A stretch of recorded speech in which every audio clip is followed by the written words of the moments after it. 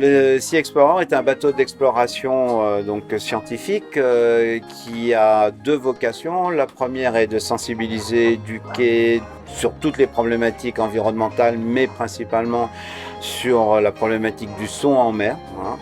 Et sa deuxième vocation, c'est de partir aussi sur des missions scientifiques en hors saison, financées en partie aussi par les sorties de découverte de l'été, pour permettre de mieux comprendre l'urgence d'agir sur l'ensemble de la Méditerranée et particulièrement, encore une fois, sur le son.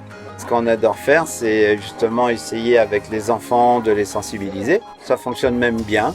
Là, on avait des tranches d'âge 3 ans, 8 ans. C'est l'âge vraiment où les enfants sont encore plein de convictions, de découvertes, de monde à explorer, etc. Nous, on est sur une volonté avant tout de transmission de nos connaissances et on travaille avec la faculté de sciences de Montpellier, de Perpignan, etc.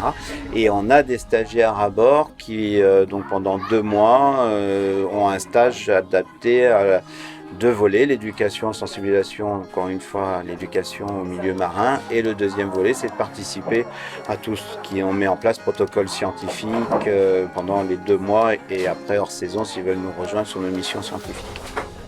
On a aujourd'hui de plus en plus de pertes d'habitat. Hein. Nous, on le voit tout simplement sur la station du Cap d'Agde, qui est une station très animée en été. On a une fuite de la vie marine pendant toute la journée. Et on sait que les dauphins, par exemple, reviennent pendant la nuit pour s'alimenter. La difficulté, bien sûr, c'est d'expliquer à un jeune qui fait du jet ski qu'il fait du bruit et que ça perturbe la vie marine. Mais notre rôle, c'est d'essayer justement de faire prendre conscience que oui, il veut faire sa pratique de jet ski, etc. Mais peut-être dans une adaptation qui serait quand même plus cohérente pour éviter de perturber le milieu marin. On repart dès le mois d'octobre. Là, on va aller du côté de Saint-Raphaël, Nice, etc. Et on va faire des prélèvements justement dans cette zone-là pour le compte des réseaux ce qu'on appelle les aires marines protégées, quoi. Donc ça, c'est notre première mission.